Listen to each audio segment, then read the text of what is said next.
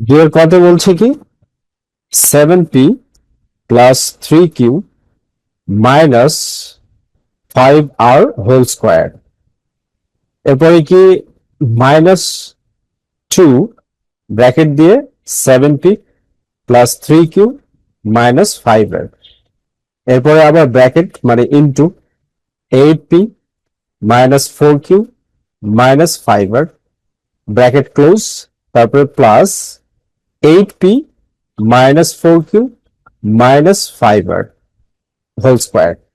দেখো এখানে আমরা খুব ভালোভাবে লক্ষ্য করি যদি, তাহলে আমরা যদি ধরে নিই, আচ্ছা ধরে নিলাম কি যে 7p plus 3q minus 5r equal to a ধরে নিলাম, ঠিক আছে। আবার 8p minus 4q minus 5r equal to b ধরে নিলাম।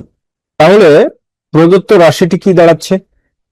a square minus 2ab plus b square দাঁড়াচ্ছে। আর আমরা কি জানি a square minus 2ab plus b square equal to a minus b whole square.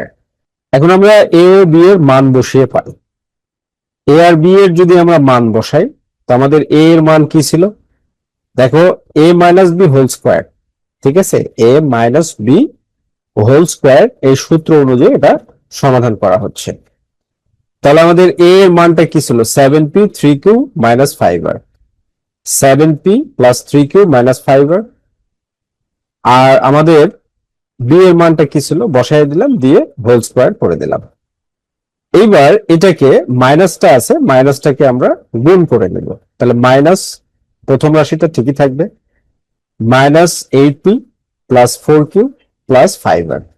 দেখো 8p থেকে 7p, তাহলে মাইনাস p, আর 5r কেটে গেল, 5r কেটে গেল। এরপরে দেখো 3q আর 4q দুইটা যোগ অবস্থায় আছে, তাই না? তাহলে কি হবে? মাইনাস p প্লাস 7q এরপরে কি হোল স্কোয়ার। ওকে, তো যেহেতু 5r এবং মাইনাস 5r এবং প্লাস 5r কেটে যায়, এবং 7p মাইনাস 8p সমান মাইনাস p, এবং 3q plus 4q equal 7q হয়, তাহলে আমাদের এবার থাকলো কি 7p minus p whole square. Okay, অর্থাৎ a minus b whole square থাকলো, ঠিক আছে। এইবার আমরা যদি সূত্রের সাহায্যে এটাকে বিস্তারিত করি, তাহলে কি হবে? 7q whole square. তোমরা যখন মানে পরীক্ষায় করবে তখন এগুলো লেখার দরকার নেই, ওকে, এগুলো বোঝানোর সুবিধার্থে আমি এভাবে সিস্টেম করে দিয়েছি, রাইট?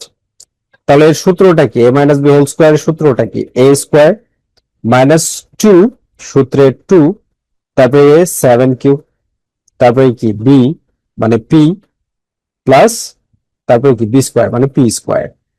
এবার 7 7 49 q square minus 14pq plus p square. তাহলে উত্তর হচ্ছে আমাদের এইটাই, ওকে, অথবা এইটাও উত্তর অবস্থাতে কিন্তু রয়ে গেছে, রাইট?